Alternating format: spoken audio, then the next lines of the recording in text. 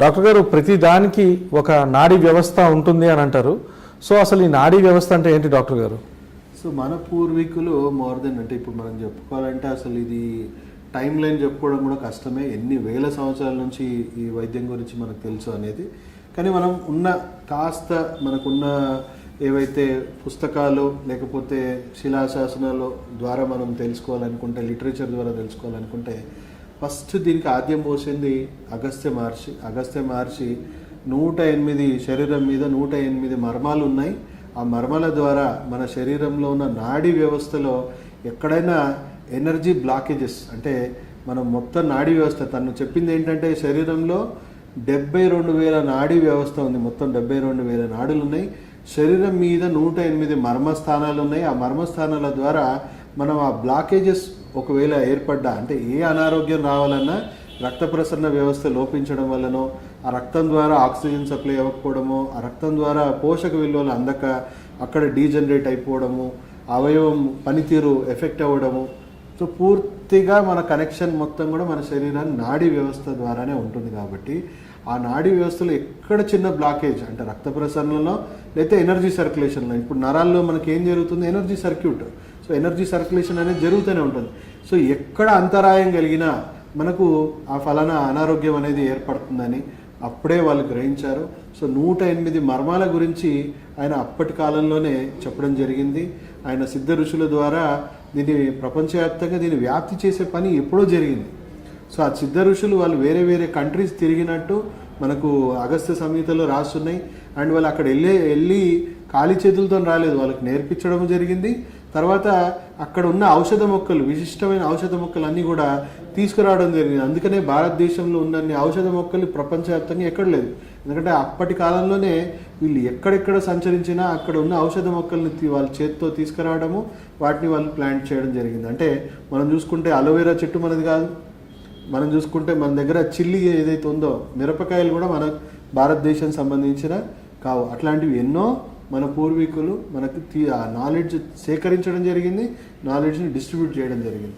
So అప్పటి కాలంలో చూసుకుంటే ప్రతి ఒక్కరికి చిన్న పిల్లల నుంచి అంటే మనం చూసుకుంటే మనం డైరెక్ట్గా నేను చెప్తాను మీకు నచ్చదు, ఏదో కాన్స్పిరసీగా అనుకుంటారు. అదే ఒక చైనీస్ ట్రావెలర్ హువాన్సీ అనే ఒక చైనీస్ ట్రావెలర్ ఆయన పుస్తకంలో రాసుకున్నాడు. భారతదేశం గొప్పతనం అనేది కూడా ఆయన పూర్తిగా కళ్ళారా ఒక్కొక్క విషయాలన్నీ కూడా నోట్ చేసుకొని ఆయన అక్కడ చేయడం జరిగింది. సో దాంట్లో ఆయన రాసింది ఏంటంటే ఇక్కడ ఉన్న ఎన్నో అద్భుతమైన యూనివర్సిటీస్ ఉన్నాయి ఇక్కడ. అంటే అప్పటి కాలంలోనే మనం 1000 సంవత్సరాల కిందట చూసుకుంటే అద్భుతమైన యూనివర్సిటీస్ ఉన్నాయి, గురుకులాలు ఉన్నాయి, ఒక మంచి వైద్య వ్యవస్థ ఉంది. ఒక హాస్పిటల్లో ఫస్ట్ డైరెక్ట్గా ట్రీట్మెంట్ ఎప్పుడూ చేయరు ఇక్కడ, ఎమర్జెన్సీ ట్రీట్మెంట్ అయితేనే కానీ. ఎందుకంటే అందరికీ దాదాపు 70% మనం ఇప్పుడున్న సమాజంలో చూసుకున్న డైట్ లైఫ్ స్టైల్ డిసీజెసే ఉన్నాయి. సో అప్పటి కాలంలో కూడా డైట్ లైఫ్ స్టైల్లో చాలా లోపాలు ఉండొచ్చు కదా. సో ఫస్ట్ 1 వీక్ హాస్పిటల్కి రాగానే వాళ్ళని డైట్ లైఫ్ స్టైల్ మీద పెట్టడమే జరుగుతుంది. పథ్యం మాత్రమే వాళ్ళకి ఇచ్చేవాళ్ళు, ఇవి తినాలి ఇవి తినకూడదని పథ్యం ఇచ్చేవాళ్ళు. సో వాళ్ళ లైఫ్ స్టైల్ కరెక్షన్ చేసేవాళ్ళు, వాళ్ళ డైట్ కరెక్షన్ చేసేవాళ్ళు. దాంట్లో హాఫ్ ఆఫ్ ద పేషెంట్స్ వాళ్ళు పూర్తిగా క్యూర్ అయిపోయి, పథ్యంతో క్యూర్ అయిపోయి వాళ్ళు మళ్ళీ ఇంటికి తిరిగిపోవడం జరుగుతుంది. సో ఎవరైతే ఇంకా మిగిలిపోయి ఉన్న పేషెంట్స్ ఉన్నారో డాక్టర్స్ వాళ్ళని మళ్ళీ వైద్యం అనేది చేయడం జరుగుతుంది. ఆ విధంగా మన యూనివర్సిటీస్, మన హాస్పిటల్స్ ఉండింది. అండ్ ఆ వైద్యం నేర్చుకోవడానికి వేరే వేరే దేశాల నుంచి ఈయన లాంటి వాళ్ళు ఎంతోమంది నేర్చుకోవడానికి ఇక్కడికి వాళ్ళ ప్రాణాన్ని పనంలో పెట్టి వాళ్ళు వచ్చేవాళ్ళు. ఆయన వచ్చినా కూడా వాళ్ళకి ఇక్కడ ఒక దగ్గర అడ్మిషన్ దొరకకపోతే మళ్ళీ ఇంకో దగ్గర యూనివర్సిటీ గురుకులాలకు వాళ్ళు మళ్ళీ పారి ఎక్కడి నుంచైనా వాళ్ళకి నాలెడ్జ్ గెయిన్ చేసుకొని మా దేశంలో మేము డెవలప్ చేసుకోవాలనుకునే గొప్ప వ్యవస్థ మన దగ్గర ఉండింది. సో 7 సంవత్సరాల పిల్లలకు కూడా వాళ్ళకు నేర్పించే సిలబస్లో చూసుకుంటే హేతువాదము, చికిత్సా విధానము, తర్వాత వాళ్ళకి అక్షరాలు అన్నీ నేర్పించేవాళ్ళు. సో చికిత్సా విధానంలో కూడా అక్యుపంక్చర్ కూడా నేర్పించినట్టు ఆయన బుక్స్లో, పుస్తకాల్లో రాసుకోవడం క్లియర్గా ఉంది. అంటే ఒక 7 సంవత్సరాల పిల్లలకు కూడా మర్మ చికిత్స విధానము, అక్యుప్రెషర్ విధానము, అక్యుపంక్చర్ విధానము, బేసిక్స్, ఎందుకు వాళ్ళ ఆరోగ్యాన్ని వాళ్ళు ఎలా కాపాడుకోవాలా అనే నాలెడ్జ్ 7 సంవత్సరాల నుంచి పిల్లలకే ఇస్తే ఎలాంటి ఒక హెల్దీ సొసైటీ డెవలప్ అవుతుందో చూసుకోండి. ఇప్పుడున్న సొసైటీకి ల్యాక్ అవుతుంది అది. ఆ నాలెడ్జే ఇప్పుడు మనం చదువుకునే ఎడ్యుకేషన్ సిస్టంలో హెల్త్ని ఎలా కాపాడుకోవాలనే బేసిక్ ఎడ్యుకేషన్ లేకుండా అన్నెసరీ ఎడ్యుకేషన్ అంతా బుర్రలో వేసి వాళ్ళకి స్ట్రెస్ పెంచడం తప్ప వాళ్ళు ఆరోగ్యంగా ఎలా జీవించాలో నేర్పించకపోవడం దౌర్భాగ్యకరంగా మనం ఇప్పుడున్న ఎడ్యుకేషన్ సిస్టమ్ని మనం భావించాలా. సో అది ట్రెడిషనల్ మెడిసిన్ ద్వారా ఆ విధంగా జీవనశైలి ఉండేది. తర్వాత మనము కట్టు బొట్టు ఇప్పుడు కూడా మనం చూసుకోవాలంటే మనం సజీవ సాక్ష్యం, మనందరం కూడా ఆ లైఫ్ స్టైల్ ఫాలో అయ్యామని సజీవ సాక్ష్యం ఏంటి అని అంటే మనం పెట్టుకునే బొట్టు ఏదైతే ఉందో, మనం ఇక్కడ ఉన్న కీలకమైన మర్మ, సో ఆజ్ఞా చక్ర అని కూడా అంటాము. సో ఈ మర్మ ఇప్పుడు చైనీస్లో ఇన్ ట్యాంగ్ అంటారు వాళ్ళు. సో ఈ మర్మాన్ని ఇలా స్టిమ్యులేట్ చేయడం వల్ల, ఈ ఒత్తిడి కలిగించడం వల్ల వెనక ఉన్న పిట్యూటరీ గ్లాండ్ అనేది ఎక్స్పాండ్ అవుతూ ఉంటుంది. పిట్యూటరీ గ్లాండ్ ఎప్పుడైతే స్ట్రింక్ అవుతుందో ఊరికేనే మనకు ఆందోళన ఎక్కువైపోతుంది. అంటే యాంగ్జైటీ కంట్రోల్లో ఉండదు, చిన్న చిన్న దానికి యాంగ్జైటీ లెవెల్స్ పెరిగిపోతూ ఉంటాయి. మానసికంగా ఇంకా ఎక్కువ ప్రాబ్లమ్స్ కూడా వస్తూ ఉంటాయి. సైకాట్రిక్ ప్రాబ్లమ్స్ వస్తాయి, మెంటల్ ప్రాబ్లమ్స్ కూడా వస్తాయి. సో అప్పటి మన పూర్వీకులు ఏం చేశారంటే దీనికి ఒక బొట్టు పెట్టుకునేవారు. అంటే ఆ బొట్టు కూడా సింధూరం, అంటే మెర్క్యూరీ స్టోన్ ఏదైతే ఉందో ఆ రెడ్ కలర్ మెర్క్యూరీ స్టోన్తో తయారు చేసేవాళ్ళు ప్యూర్గా అప్పట్లో. సో ఆ మెర్క్యూరీ ఏదైతే ఉందో, ఆ కలర్ ఏదైతే ఉందో, మనకి ఆ మెర్క్యూరీ అబ్జర్వ్ అయ్యి మన పిట్యూటరీ గ్లాండ్ని యాక్టివేట్ చేయడంలో అది చాలా ఉపయోగపడేది. అండ్ రెడ్ కలర్ వచ్చేసి ఎక్కువగా సూర్యరశ్మి కానీ కాంతిని కానీ ఎక్కువగా అబ్జర్వ్ చేసుకునే శక్తి ఉంటుంది. సో ఆ నాడిని మనము కంపల్సరీ యాక్టివేట్ చేసుకోవాలంటే గుడిలో పోగానే ఫస్ట్ మనం పెట్టుకుంటాం. అసలు ఇంట్లో ఉన్నప్పుడే స్నానం చేసుకోగానే పెట్టుకునే కల్చర్ కూడా మనకు ఉండింది.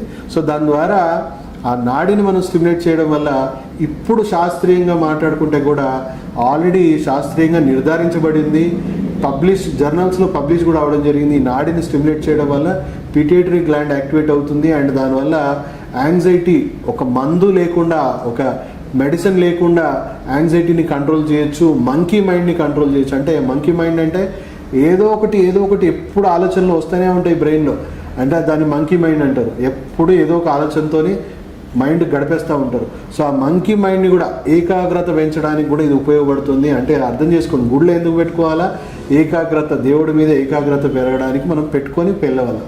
సో మైండ్ ప్రశాంతంగా అయిపోతుంది. సో చైనాలో కూడా ఈ కల్చర్ ఉండేది ఒకప్పుడు. చైనాలో కూడా చిన్న పిల్లలు కూడా బొట్టు పెట్టుకునే కల్చరు మన భారతదేశం నుంచి వాళ్ళు నేర్చుకున్నారు. అలా మనం గాజులు వేసుకునే చోట మట్టి గాజులు, కంకణాలు వేసుకునే వాళ్ళం. సో ఇక్కడ ఉన్న చాలా కీలకమైన నాడీ వ్యవస్థ, ఇక్కడ హార్మోన్స్ అన్నీ కూడా కరెక్ట్ చేసే నాడులన్నీ ఇక్కడ ఉన్నాయండి.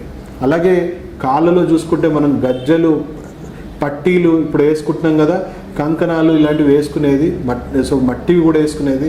సో దానివల్ల కాళ్ళలో ఉన్న కీలకమైన నాడులన్నీ యాక్టివేట్ అయ్యేది. దానివల్ల గర్భాశయం సంబంధించిన సమస్యలు వాళ్ళకి ఎక్కువగా వచ్చేవి కావు. హార్మోన్ ఇంబ్యాలెన్సెసే కాకుండా మనకి ప్రెగ్నెన్సీ పరంగా కాంప్లికేషన్స్ ఎక్కువ వచ్చేవి కావు. ఇన్ఫర్టిలిటీ రేట్ చాలా తక్కువగా ఉండేది. తర్వాత మగవాళ్ళకు కూడా వాళ్ళకున్న ప్రోస్టేట్ ప్రాబ్లమ్స్, ఇన్ఫర్టిలిటీ ఇష్యూస్, ఇవన్నీ కూడా నాడులు రెగ్యులర్ యాక్టివేట్ చేయడం వల్ల వాళ్ళకి ఈ సమస్యలు వచ్చేవి. సో మనం తెలుసో తెలియకో ఇప్పుడు ఇవి ఎందుకు వాడుతున్నామో తెలియక దాన్ని మనం మర్చిపోయి ఏం చేస్తున్నాము, స్టిక్కర్ బొట్లు పెట్టుకోవడము, ప్లాస్టిక్ గాజులు వేసుకోవడము, మట్టి గాజులు వేసుకోకుండా ప్లాస్టిక్ గాజులు వేసుకోవడం. సో మన కల్చర్ని, దాంట్లో ఉన్న శాస్త్రీయతని మనం మర్చిపోవడం జరిగింది. సో మర్చిపోవడం జరిగింది కాబట్టి ఇప్పుడు మళ్ళీ రివైవ్ చేసుకునేలాగా మనం అందరం కూడా, అంటే మనం ఆరోగ్యం కోసం రివైవ్ చేసుకోవాల్సింది తప్పనిసరిగా మన ఆహారము, మన జీవనశైలి, మన సాంప్రదాయ వైద్యాన్ని ప్రపంచ ఆరోగ్య సంస్థ ఇప్పుడు గుర్తించి మళ్ళీ సొసైటీలో ప్రైమరీ హెల్త్ కేర్ నుంచి అడ్వాన్స్, అంటే మనం ఎమర్జెన్సీ కేర్లో కూడా ఈ వైద్యాన్ని అడాప్ట్ చేయాల్సిన అవసరం ఉంది. ఈ వైద్యం జనాలు పాటించడం వల్ల, జనాలు బేసిక్ మీ ఆరోగ్యం మీరు కాపాడుకోవాల్సిన బేసిక్ ఇన్ఫర్మేషన్ మీరు పాటించడం వల్ల అన్నెసెసరీగా 90% డిసీజెస్ మీకు వచ్చే అవకాశమే లేదు. అండ్ ఆల్రెడీ వచ్చిన వాళ్ళు కూడా ట్రెడిషనల్ మెడిసిన్ ఫాలో అవ్వడం వల్ల మళ్ళీ మీ ఆరోగ్యం తొందరగా కోలుకొని మళ్ళీ నార్మల్ లైఫ్ లీడ్ చేయొచ్చు. అదే మోడర్న్ మెడిసిన్ పాటించే వాళ్ళకి ఎట్లా ఉంటుందంటే జీవనశైలి విధానాలు ఎట్లా పాటించాలో వాళ్ళకి తెలియదు, నాలెడ్జ్ ఉండదు, ప్రివెన్షన్ అనేది ఉండదు. తర్వాత వచ్చాక కూడా ప్రతి డిసీజ్ని స్టేజ్ బై స్టేజ్ మేనేజ్ చేసుకుంటూ ఉండడమే, విషపూరితమైన వైద్యం తీసుకోవడము, శస్త్రచికిత్సలు తీసుకోవడము. దానివల్ల మనకు ఆరోగ్యం అన్ని రకాలుగా కోల్పోతా ఉన్నామని ప్రపంచ ఆరోగ్య సంస్థ కూడా గుర్తించి మోడర్న్ మెడిసిన్తో ఇంటిగ్రేట్ చేయాల్సిన అవసరం ఉంది. జనాల్లో పూర్తి అవగాహన తీసుకురావాల్సిన ఆవశ్యకత ఉంది అని చెప్పి గుర్తించి ఇంక్లూడింగ్ యునైటెడ్ నేషన్స్ కూడా గుర్తించి హెల్త్ ఫర్ ఆల్ అంటే 2030 లోపు ఒక గోల్ పెట్టుకుంది. వాళ్ళు సస్టైనబుల్ డెవలప్మెంట్ గోల్ నెంబర్ 3 ఏంటి అని అంటే ప్రతి ఒక్కరికి క్వాలిటీ ఆఫ్ హెల్త్ ఇంప్రూవ్ అవ్వాలి అని అంటే వాళ్ళ జీవన విధానం జీవనశైలి పాటించడానికి ట్రెడిషనల్ మెడిసిన్ విపరీతంగా ఉపయోగపడుతుంది అని ప్రపంచ ఆరోగ్య సంస్థ కూడా మన హైదరాబాద్లో కేంద్రంగా ఒక ట్రెడిషనల్ మెడిసిన్ సంబంధించిన రీసెర్చ్ సెంటర్ పెట్టడానికి కూడా ముందుకొచ్చింది. అన్ఫార్చునేట్లీ మన గవర్నమెంట్కి దాని విలువ తెలియక ఇప్పటికీ సరిగ్గా రెస్పాండ్ కూడా అవ్వట్లేదు, సరిగ్గా రియాక్ట్ కూడా అవ్వట్లేదు. సో వాళ్ళకు మన వైద్యం గొప్పతనం ఏంటో వాళ్ళకి తెలిసి వాళ్ళు వస్తున్నారు. ప్రపంచం మొత్తం మన వైపు చూస్తుంది. సాంప్రదాయ వైద్యం మన జెనెటిక్గా మనలో ఉంది. సో దాన్ని మనం రివైవ్ చేసుకోవాల్సిన అవసరం ఉంది, మనం రీకాల్ చేసుకోవాల్సిన అవసరం ఉంది. అలాంటి వాళ్ళు మళ్ళీ నాలాంటి వాళ్ళు ఎంతోమంది సమాజంలో మళ్ళీ అవగాహన తీసుకొచ్చి మళ్ళీ తీసుకురావాల్సిన అవసరం ఉంది. అండ్ మన ద్వారానే ప్రపంచం మొత్తం ఎదురు చూస్తుంది మన సాంప్రదాయం, మన సాంప్రదాయ వైద్యం మీద రేపు ఫ్యూచర్ జనరేషన్ అంతా కూడా ఆధారపడి ఉందని అందరూ గుర్తిస్తున్నారు, మనం తప్ప. సో మనం తొందరగా మనం మేలుకోవాలి. మన సాంప్రదాయం, మన సాంప్రదాయ వైద్యాలని అశాస్త్రీయంగా నేను అనట్లేదు. WHO శాస్త్రీయంగా క్లినికల్గా నిర్ధారించిన వైద్యాలు ఎన్నో ఉన్నాయి. అవి ఇమ్మీడియట్గా మన హెల్త్ కేర్ సిస్టంలో మనం అడాప్ట్ చేసుకోవాలి, మన డైట్ లైఫ్ స్టైల్లో అడాప్ట్ చేసుకొని రోగరహితమైన సమాజం నెలకొల్పడానికి మనం తప్పకుండా కృషి చేసి ఆ గోల్ ఏదైతే 2010లో ఉందో ప్రపంచ గురువుగా మనం మళ్ళీ మారడానికి ఆ గోల్గా ఫస్ట్ మనం పాటించి మిగతా దేశాలను కూడా మనం ఆరోగ్యవంతంగా మార్చడానికి భారతదేశం కృషి చేయడం వల్ల మళ్ళీ విశ్వగురువుగా మళ్ళీ కీర్తి ప్రతిష్టలు తెచ్చుకునే అవకాశం ఉంది. సో దాంట్లో మన అందరి పాత్ర ఉంటేనే అది సాధ్యమవుతుందని తెలియజేసుకుంటూ మీ ఆరోగ్య శ్రేయోభిలాషి డాక్టర్ పిఎస్ఆర్.